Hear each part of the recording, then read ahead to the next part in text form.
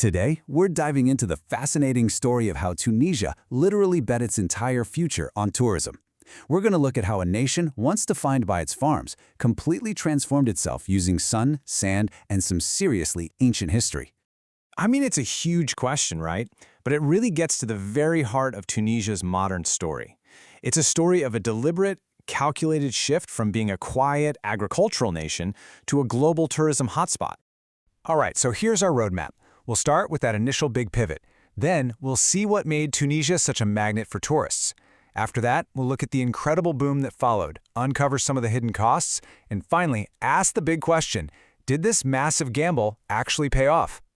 So, let's rewind a bit. Before the 1970s, Tunisia's economy was all about the land. I mean, just picture it, an entire economy powered by olives, citrus fruits, and cereals. Now that provided jobs for sure, but it also made the whole country incredibly vulnerable. The Tunisian government saw this risk crystal clear. A single bad harvest, a terrible drought, a sudden drop in prices, any of those could devastate the national economy. They knew they needed a new engine for growth, and they found it in tourism, a plan to bring in floods of international visitors, create a wave of new jobs, and secure a steady flow of foreign cash. The ambition was there, no doubt about it. But what made Tunisia the perfect candidate for a new tourism empire? Well, as it turns out, it was this really unique mix of nature, location, and history. First off, the natural appeal was just undeniable. For tourists coming from the cooler, grayer parts of Europe, Tunisia was basically paradise. It had that warm Mediterranean climate, with summer temps hitting 30 to 35 degrees Celsius, sunshine for days, and these stunning sandy beaches. But it wasn't just the coast. It also had the rugged Atlas Mountains and, of course, the magnificent Sahara Desert. And that desert landscape was so otherworldly, so unique that it caught the eye of Hollywood. It actually became the backdrop for the planet Tatooine in the original Star Wars films. Now that put Tunisia's scenery on the global map in a way that no advertisement ever could. But it wasn't just about good looks. Practical things played a huge role. Tunisia is just a short hop across the Mediterranean from Europe. We're talking a 2 or 3 hour flight. That made it a super cheap and convenient getaway. Plus, its strong cultural ties with France meant that French was widely spoken, which completely removed the language barrier for a massive part of its target market. And then, to top it all off, Tunisia offered something incredible for history buffs.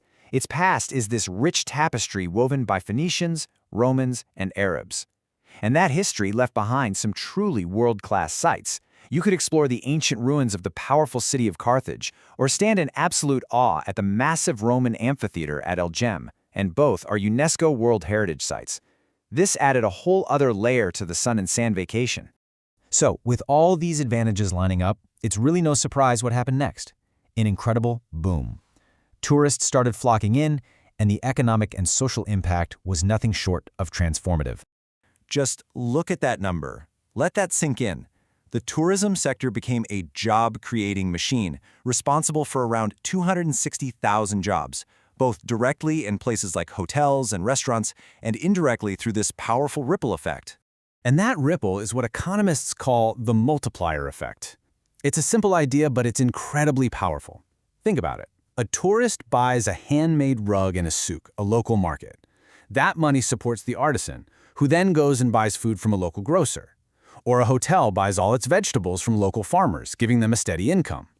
Every single dollar a tourist spent echoed through the local economy. And all that economic growth, it fueled real, tangible social progress.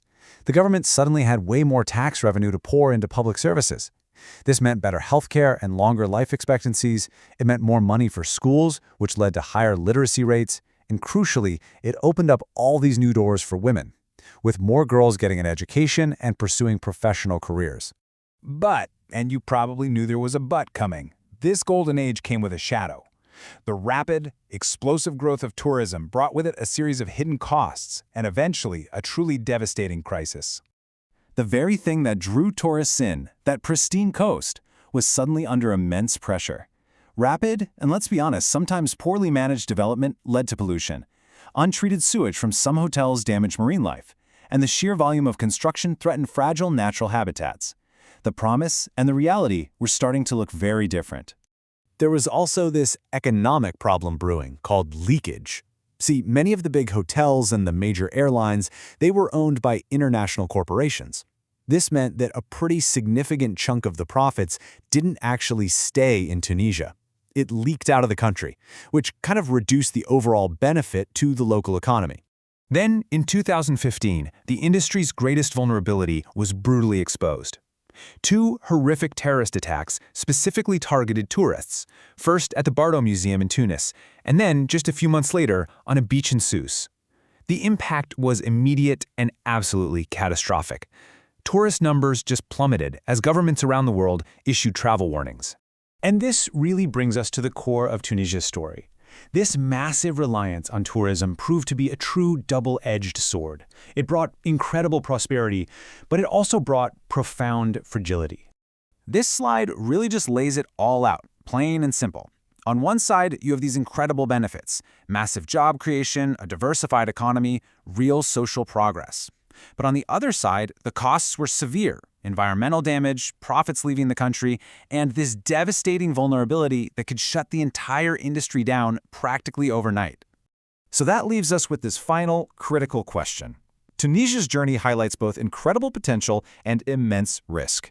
So for other nations that might be looking to follow a similar path, is tourism a golden ticket to development, or is it just too dangerous a gamble? It's a question worth thinking about. Thanks for tuning in.